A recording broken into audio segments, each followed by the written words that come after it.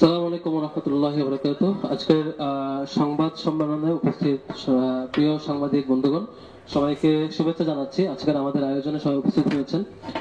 জুলাই আমরা প্রত্যেকেই যে ধারণ করছি নানা আয়োজনের মধ্য দিয়ে, সেই জায়গা থেকে জুলাই পেরিয়ে আহ, সামনে আগস্ট শুরু হবে, অর্থাৎ আমরা ৩৬ জুলাই পর্যন্ত আমরা জুলাইটাকে প্রত্যেকটা কর্মসূচি জুড়ে নানান আয়োজনের মধ্য দিয়ে নানান স্টেক হোল্ডার নানাভাবে উদযাপন করছে এবং সেটিকে স্মৃতিচারণ করার মধ্য দিয়ে নিজেদের কমিটমেন্ট জানান দেওয়ার চেষ্টা করছে।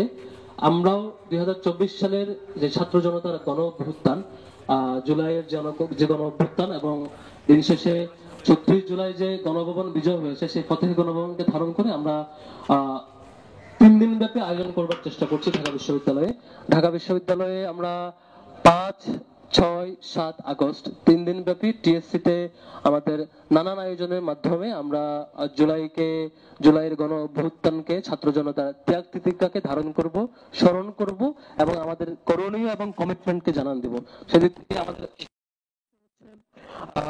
এই ৩ দিন ব্যাপী যে আয়োজন ৫, ৬ এবং ৭ আগস্ট ৩ দিন ব্যাপী আয়োজনের মূল উদ্দেশ্য হচ্ছে জুলাই গণ অভ্যুত্থানের স্মৃতি চারণ করা এবং বাংলাদেশের ইতিহাসে তাৎপর্য সেটাকে উপস্থাপন করা, শহীদ ও আহত পরিবারের অভিজ্ঞতা সরাসরি শোনা, নাটক, মাইম, কবিতা, গানের মাধ্যমে আমাদের যে প্রতিরোধ চেতনা সেটিকে জাগানো এবং সক্রিয় রাখা, ছাত্র রাজনীতির ভবিষ্যৎ ও ছাত্র সংসদ নির্বাচন বিষয়ে আলোচনা এবং পারস্পরিক মত বিনিময় করা।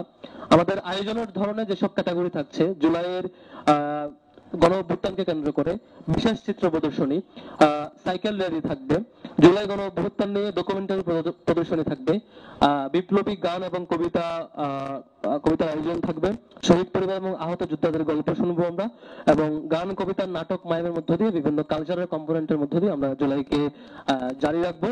এবং বিতর্ক থাকবে, প্ল্যান চ্যাট বিতর্কের মাধ্যমে আমরা সেই জুলাইকে আবারও ফিরে নিয়ে আসবো, জুলাইয়ের বিভিন্ন ক্যারেক্টারকে আমাদের সামনে হাজির করব এবং পাশাপাশি থাকবে আলোচনা সভা। আমাদের ৩ দিন ব্যাপী যে আয়োজন সেটি ডে ধরে ধরে আমি আপনাদের সামনে উপস্থাপন করছি। প্রথম দিন ৫ই আগস্ট ৫ আগস্ট ২০২৫ আমাদের টিএসসি তে যে আয়োজন থাকবে, প্রথমে সকাল ৫টায় আমরা ফতেহ গণভবন একটা সাইকেল রেডি করব, যেটা টিএসসি থেকে শুরু হবে, শেষ হবে গণভবন হয়ে আবার টিএসসি এসে শেষ হবে। আমি আবারও বলছি, আমরা বিশেষ একটি সাইকেল রেডি ঢাকা বিশ্ববিদ্যালয়ের শিক্ষার্থীদের নিয়ে বিশেষ একটি সাইকেল রেডি করব, যেটির নাম থাকবে ফতেহ গণভবন। আমরা সিম্বলিক ভাবে টিএসসি থেকে গণভবন হয়ে আবার টিএসসি ফিরবো আরেক রোড দিয়ে, যেটি আমার মূলত গণভবন বিজয়ের সেই স্বপ্ন, যেখান থেকে শিক্ষার্থীরা, এখান থেকে আমরা করব।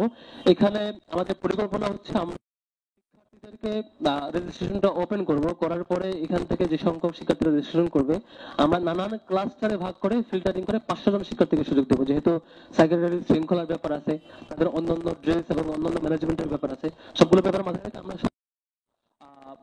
৫০০ জন শিক্ষার্থীকে সুযোগ দেবো ঢাকা বিশ্ববিদ্যালয়ে। এখানে যারা আগে রেজিস্ট্রেশন করবেন সেটা যেমন মাথায় রাখা হবে এবং ক্লাস্টার ধরে ধরে আমরা ক্যাটাগরি ধরে ধরে বিবেচনায় আমরা শিক্ষার্থীদেরকে সুযোগ দেবো ইনশাল্লাহ। এবং ৯টার মধ্যে এই র্যালি সম্পন্ন করে আমরা ৯টায় নাস্তার আয়োজন থাকবে, সকাল ১০টায় ডকুমেন্টারি প্রদর্শন, বিপ্লবী গান এবং কবিতা টিএসসি তে, এবং দুপুর ২টা ৩০-এ শহীদ পরিবার এবং আহতদের গল্প শোনা হবে টিএসসি তে, টিএসসি অডিটোরিয়ামে। বিকেল ৩টা ৩০-এ মাইম পরিবেশনা এবং নাটক থাকবে। বিকেল ৫টা ৩০-এ আমাদের নাটক থাকবে, আরেকটি নাটক, এবং সন্ধ্যা ৭টা ৩০-এ আমাদের প্ল্যান চ্যাট বিতর্ক থাকবে। প্ল্যান চ্যাট বিতর্কের মধ্য দিয়ে জুলাইয়ের ইতিবাচক এবং নেতিবাচক যত ক্যারেক্টার আছে তাদের কি রোল ছিল, আমরা সেই ক্যারেক্টারটাকে জাতির সামনে আবারও হাজির করার চেষ্টা করব। দ্বিতীয় দিনে জুলাই ৩০-এ টিএসসি তে নয়া রাজনৈতিক বন্দোবস্তে ইসলাম প্রসঙ্গ শীর্ষক সেমিনার হবে। আমাদের তৃতীয় দিন ৭ আগস্ট ২০২৫, সেদিন আমাদের টিএসসি তে দিনব্যাপী জুলাইয়ের বিশেষ প্রদর্শনী এবং ডকুমেন্টারি থাকবে। পাশাপাশি স্পেশাল আয়োজন থাকবে ৩ দিন ধরে, সেটি হচ্ছে টিএসসি অডিটোরিয়ামের সামনে বিশেষ প্রেজেন্টেশন দেওয়ার চেষ্টা করছি, যেখানে চারপাশে ঢুকলে বিশেষ একটি করিডোর থাকবে, যেখানে উপরে নিচে চারপাশে বিশেষ 3D ভিউয়ের মধ্য দিয়ে আমরা দর্শনার্থীদেরকে জুলাই ফিরে নিয়ে যাব। জুলাই কেমন ধরনের স্যাক্রিফাইস ছিল, জুলাইয়ের সেই কঠিন ঘটনাগুলোকে আমরা সেখানে খুব দারুণভাবে উপস্থাপন করার চিন্তা করছি, যেখানে একদম ওই টানেলে ঢুকলে চারপাশে দেখা যাবে। একই সাথে টিএসসি মাঠে আমরা বাংলাদেশের বিশেষ বাংলাদেশকে উপস্থাপন করতে চাই, যেখানে বাংলাদেশ পুরো বাংলাদেশ দর্শনার্থীরা ঘুরবে, ঘুরতে ঘুরতে জুলাই প্রতিটি কর্মসূচি দেখবে এবং এক পর্যায়ে গণভবন বিজয় করবে, এমন একটা ভিউয়ে আমরা টিএসসিটাকে সাজাতে চাই। এটা হচ্ছে আমার এই প্রদর্শনীটা 3 দিন ধরে চলবে। আর অন্যান্য আয়োজনগুলো টিএসসি অডিটোরিয়ামে চলতে থাকবে, যেগুলো আমি ইতিপূর্বে বলেছি। এগুলোর সাথে স্পেশাল আরেকটা ইভেন্ট হচ্ছে আমাদের সাইকেল র্যালি, যেটা আমরা ফতেহ গণভবনের সিম্বলিক প্র্যাকটিসটা এখানে থাকবে, সেটা 5 তারিখ হবে আর কি। এই হচ্ছে আমাদের 3 দিন ব্যাপী আয়োজনের শর্ট সামারি। আশা করি সাংবাদিক বন্ধুগণ আপনাদের প্রতি দাওয়াত থাকবে এবং বিশ্ববিদ্যালয়ের শিক্ষক শিক্ষার্থী কর্মচারী কর্মকর্তাবৃন্দ এবং এবং অন্যান্য বিশ্ববিদ্যালয়ের অভিভাবক বৃন্দ সবাইকে আমাদের সেদিনের আয়োজনে অন্যান্য দর্শনার্থীদের দাওয়াত থাকবে। আমরা প্রত্যেককে চেষ্টা করব জুলাইয়ের সেই ত্যাগ তিতিক্ষাগুলো, স্যাক্রিফাইস গুলো আপনাদের সামনে হাজির করবার আমাদের আয়োজনের মধ্য দিয়ে। কালচারাল যে আয়োজন এবং অন্যান্য ভিজুয়াল প্রেজেন্টেশনের মধ্য দিয়ে এবং আরো বিভিন্ন অ্যাক্টিভিটির মধ্য দিয়ে আমরা হাজির করার চেষ্টা করব। আশা করি আপনারা আমাদের জুলাই আয়োজন নিয়ে মোটামুটি ধারণা পেয়েছেন। আপনাদের কোনো জিজ্ঞাসা থাকলে আমরা উত্তরে যাব। সবাইকে ধন্যবাদ জানাচ্ছি। সাইকেল র্যালিতে আমাদের চিন্তা হচ্ছে, যেহেতু সাইকেল র্যালির শৃঙ্খলার ইস্যু আছে, পুরো রুট মেইনটেনেন্সের ইস্যু আছে, আমরা রেজিস্ট্রেশন সাপেক্ষে আমরা ম্যাক্সিমাম 500 জনকে সুযোগ দেবো ঢাকা বিশ্ববিদ্যালয়ের শিক্ষার্থীকে। এজন্য যারা আগে রেজিস্ট্রেশন করবে এবং যে ক্যাটাগরিতে যে কয়জন নেব সেই সাপেক্ষে সুযোগ পাবে আর কি। তো বেশি সংখ্যক শিক্ষার্থীকে আমরা সুযোগ আমাদের আয়োজনের জায়গা বিবেচনা করে।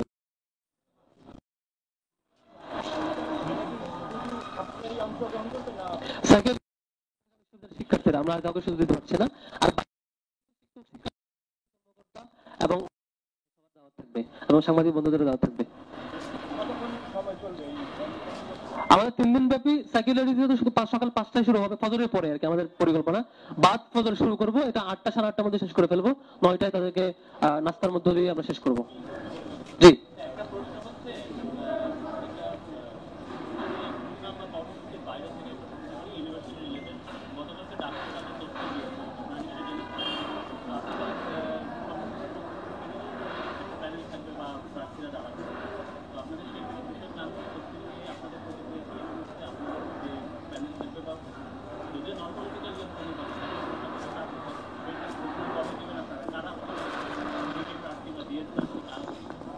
জি, বিশ্ববিদ্যালয়ে ডাকসু নির্বাচনের তফসিল দিয়েছে, আপনারা দেখেছেন, এটা আমরা সাধুবাদ জানাই।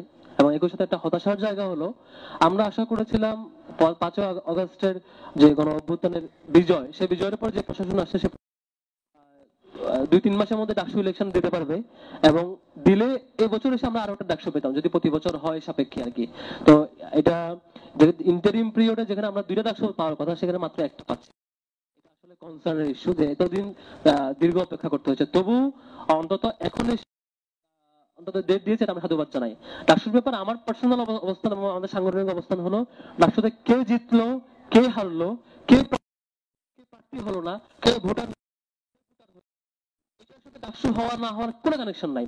ডাকসু হইতে হবে, অন টাইমে হইতে হবে এবং হচ্ছে ডাকসু প্রতি বছর নিয়মিত হইতে পারাটা, ছাত্রদের গণতান্ত্রিক প্র্যাকটিস করতে পারাটার মধ্যে দিয়ে সার্থকতা। আমি ফেল করতেই পারি, আমি জিততেই পারি, আমি ভোটার হইতেও পারি, নাও হইতে পারি। এসব ম্যাটার করে যদি কেউ ডাকসু হওয়া না হওয়ার ইকুয়েশন মাপে, এটা হবে ব্যাড ইন্টেনশনের বহিঃপ্রকাশ। আমরা আমরা যেটা বলতে চাই সেটা হচ্ছে নির্ধারিত টাইমে ডাকসু হইতে পারাটা সাধারণ শিক্ষার্থীদের গণতান্ত্রিক প্র্যাকটিস করতে পারার বহিঃপ্রকাশ। মানে এটা একটা ফ্যাসিবাদী আচরণ। তো এতদিন আটকে দুঃখজনক ছিল, দীর্ঘদিন হয় নাই। এখন অন্তর্ভুক্ত থাকবে সেটা আমরা বিশ্বাস করি এবং একাডেমিক ক্যালেন্ডার অন্তর্ভুক্ত সে দাবিটাই জানাই। দ্বিতীয়ত হচ্ছে কে প্রার্থী আমাদের কারা হবে না, অনেকগুলো কোয়েশ্চেন আপনাদের আসছে নিশ্চয়ই। এবং আমাদের তফসিলে আপনারা দেখেছেন যে প্রার্থিতা জমা দেওয়ার যে ডেটটা আছে, প্রার্থিতা প্রত্যাহারের একটা নির্দেশ, প্রার্থিতা জমা দান এবং প্রার্থিতা প্রত্যাহারের যে নির্দেশ, মাঝামাঝি সময়ে আমরা একটা ক্লিয়ার একটা অ্যানাউন্সমেন্ট দেবো ইনশাআল্লাহ। যেহেতু প্রার্থিতা অ্যাপ্রোচ করার ব্যাপার আছে, আবার কে প্রার্থী হবে ক্যান্সেল করার একটা ইস্যু আছে, প্রত্যাহারের ইস্যু আছে, আবার আমরা নানান স্টেক হোল্ডারের সাথে বসছি, অন্যান্য সংগঠনগুলোর সাথে, তাদের সাথে কোলাবোরেশনের ইস্যু আছে। আসলে দিন শেষে গিয়ে কারা কারা প্রার্থী হবে, কোথায় কোথায় আমাদের মধ্যে পারস্পরিক কোঅপারেশন হবে, এই সবগুলো নিয়ে সিদ্ধান্ত চূড়ান্ত হওয়ার পরে আমরা নির্ধারিত সময়ে আপনাদেরকে সেটা জানাবো আর কি ইনশাআল্লাহ।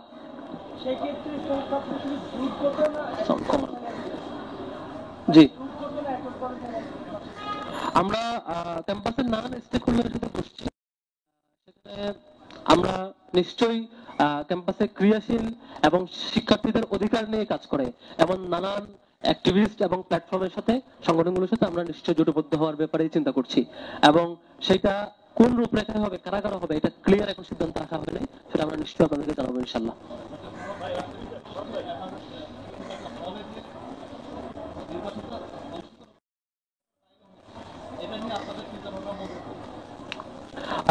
ডাকসু নির্বাচন হলের বাইরে হওয়াটা নির্বাচন কমিশন চিন্তা করেছে যে স্পেসিফিক কিছু প্লেসে নির্বাচনের ব্যবস্থা করবে। এটা নেতিবাচক না, এটা নিশ্চয়ই ইতিবাচক, বাইরেও হতে পারে। আমার কাছে মনে হয় যে বাইরে হওয়াটা আরো ভালো, যে বাইরে প্লেসগুলোতে আবাসিক শিক্ষার্থী সমান ফ্যাসিলিটিসটা পায়।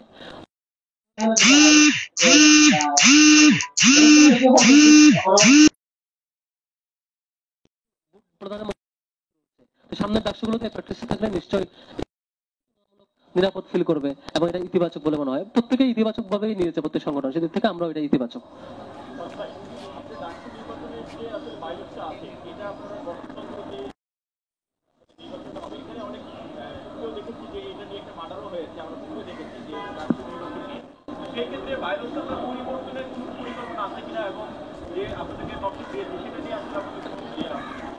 ক্যাম্পাসে হলগুলোতে আলহামদুলিল্লাহ আমরা যতটুকু দেখেছি সহ অবস্থানেই আছে, যেখানে ছাত্র শিবিরের একজন জনশক্তি যেমন হলে ঠিকঠাক তার অ্যাক্টিভিজম, তার অবস্থান জানান দিচ্ছে, কথা বলছে সবার সাথে, তার আলাপ শেয়ার করছে সবার সাথে। ছাত্র দলের একজন প্রতিনিধি হলে ঠিকভাবে থাকছে, বা বাম সংগঠনের সেম প্রতিনিধি থাকছে প্রত্যেক সংগঠনে, এবং একজন যে রাজনীতি করতে চায় না সাধারণ শিক্ষার্থী, সেও তার মতামতটা স্বাধীনভাবে মত প্রকাশ করছে। তো এরকম প্র্যাকটিস 1971 এর পর থেকে, বাংলাদেশ হওয়ার পর থেকে এখন পর্যন্ত কখনো এরকম এত বেস্ট পজিশনটা হয় নাই ক্যাম্পাস এখন যেটা হয়েছে। নিশ্চয়ই এটা ইতিবাচক, এবং সাধারণ শিক্ষার্থীরা চাই না, তারাও ডাকসুর ব্যাপারে খুবই ইতিবাচক, এবং ডাকসু হওয়ার মধ্য দিয়ে তারা তাদের রাইটটা খুঁজে পাচ্ছে। তো সেক্ষেত্রে আমার মনে হয় না কেউ বাজে প্র্যাকটিসে কেউ যেতে চাইলে শিক্ষার্থীরা তাদের বিরুদ্ধে যাবে বলে মনে করে শিক্ষার্থীরা তাদেরকে প্রতিহত করবে। এবং কোনো সংগঠন কিংবা কোনো প্ল্যাটফর্ম কিংবা কোনো দুষ্কৃতিকারী যদি ক্যাম্পাসে বাজে রাজনীতি ফেরাতে চায়, তার বিরুদ্ধে সাধারণ শিক্ষার্থীদের সাথে আমাদেরও সংহতি থাকবে, এবং আমরা সাংগঠনিকভাবে এটার বিরুদ্ধে আমাদের অবস্থান নিশ্চয়ই জানানো থাকবে ইনশাল্লাহ। Thank you.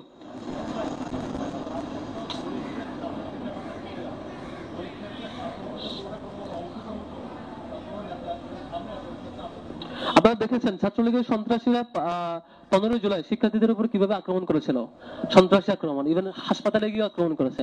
সুতরাং এই ধরনের সন্ত্রাসী যারা সন্ত্রাসী প্রতিনিধিত্ব করে এবং অপরাধী যারা, তাদেরকে এখানে প্রতিনিধিত্ব করার কিংবা অংশগ্রহণ করার কোনো সুযোগ নেই বলে আমি মনে করি। এবং নির্বাচন কমিশনও এটা ক্লিয়ার করেছে, তাদেরকে একাডেমিক্যালি এখান থেকে বহিষ্কার করেছে, পানিশমেন্টের আওতায় এনেছে। সুতরাং তারা এখানে নির্বাচনের সুযোগ পাওয়ার কোনো প্রশ্নই আসে না, বরং এটা তাদের এখন এটা আউট অফ সিলেবাস।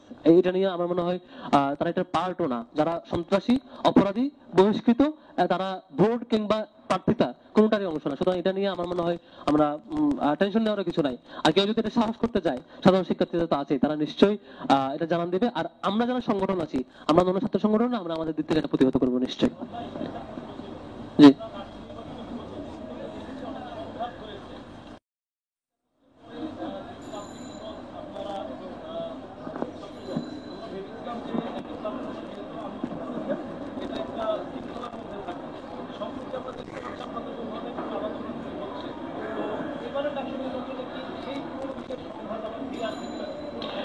এখানে দুইটা ব্যাপার। ডেমোক্রেসিতে মতনৈক্য থাকবে, এটা খুবই স্বাভাবিক। ডেমোক্রেসি মানে এটা না যে সকল পার্টি সকল বিষয়ে একমত থাকবে। আমার সাথে ছাত্রজনের একটা দ্বিমত থাকতে পারে, সৌন্দর্য। আর জায়গা হলো রাষ্ট্রের স্বার্থের যে ইস্যু, কমন যে ইস্যু, সেখানে সকল সংগঠন একমত থাকবে। এটা হচ্ছে আমরা চাই। তো এখন পর্যন্ত আমরা পেয়েছি প্রায় কমন ইস্যুগুলোতে সকল সংগঠন। বাকি যেটা দ্বিমত, এটা আমি পজিটিভলি দেখছি। অ্যালার্মিং হলো কিছু কিছু সংগঠন 10 মিনিটের বক্তব্যের মধ্যে 9 মিনিটের শিবির নিয়ে সমালোচনা করে, 5 মিনিটের বক্তব্য নিয়ে 4 মিনিটের শিবিরের সমালোচনা করে। আমি রিসেন্টলি একজনের বক্তব্য দেখছিলাম যে এক বক্তব্যে উনি 5 মিনিটের বক্তব্যে অলমোস্ট 33 থেকে 34 বার শিবিরের নাম উচ্চারণ করছে। তো এরকম অ্যাপ্রোচ থাকলে এটা আমরা মাঝে মাঝে হতাশ হয়ে যাই, আবারও কি ছাত্রলীগের অ্যাপ্রোচ ফিরে আসতেছে কিনা। বরং আমি যেটা সবাইকে রিকোয়েস্ট করি বা প্রেফার করি, যে প্রত্যেক সংগঠন এজেন্ডাকে ছাত্রদের সামনে প্রেজেন্ট করা দরকার। তারা শিক্ষার্থীদের নিয়ে কি করতে চায়, শিক্ষার্থীর কাছ থেকে তিনি কি পেতে চান, শিক্ষার্থীদের তিনি কি দিতে চান, শিক্ষার্থীর কাছ থেকে তিনি কি রিকমেন্ডেশন দিতে চান, তার কি পজিটিভ শিক্ষার্থীকে দিতে চান, তার কি অ্যাপ্রোচ শিক্ষার্থীরা পজিটিভ নেবে, তার কি নেগেটিভ অ্যাপ্রোচ দূর করতে চান। এসব জিনিস শিক্ষার্থীদের ডিসকাস করতে পারাটা ছাত্র সংগঠনগুলোর বৈশিষ্ট্য হতে পারা উচিত ছিল। অথচ একটা সেমিনারে, একটা ডিসকাশনে, একটা দলের 10 জন আলোচক থাকলে 10 জনের শিবির নিয়ে ডিসকাস করে, আবার দেখা যায় যে 10 জনের আলোচক মানে তার আলোচনার অধিকাংশ মিনিটেই শিবির নিয়ে সময় ব্যয় করে। এটা মনে হয় এক প্রকার রাজনৈতিক বা এজেন্ডা শূন্যতার বহিঃপ্রকাশ কিংবা কর্মকাণ্ডের শূন্যতার বহিঃপ্রকাশ। আরেকটু অন্যভাবে বললে দেউলিয়াত্বের বহিঃপ্রকাশ হবে যদি এরকমটা কন্টিনিউ হয়। আমরা এখান থেকে যে কাউকে ফিরে আসার আহ্বান নিশ্চয়ই জানাবো। আর সংঘাত নিশ্চয়ই হবে না বলে আমি বিশ্বাস করতে চাই। হয়তো 5 আগস্ট কিংবা 17 জুলাই শিক্ষার্থীদের যে প্রতিহত করা, ছাত্রলীগকে প্রতিহত করা রাতব্যাপী, এই দুইটা ঘটনা আমাদেরকে শিক্ষা দেয় যে রাজনৈতিক দল কিংবা ছাত্র সংগঠন বাজে প্র্যাকটিস ক্যাম্পাসে করতে চাইলে শিক্ষার্থীরা এটা প্রতিহত করবে। সুতরাং এটা সহায় করবে না আমি বিশ্বাস করি, এবং গণতান্ত্রিক প্র্যাকটিসের মধ্যে দিয়ে থাকবে বলে আমি বিশ্বাস করতে চাই, এবং সামনে এটা দেখতে চাই। থ্যাংক ইউ সবাইকে, অনেক ধন্যবাদ।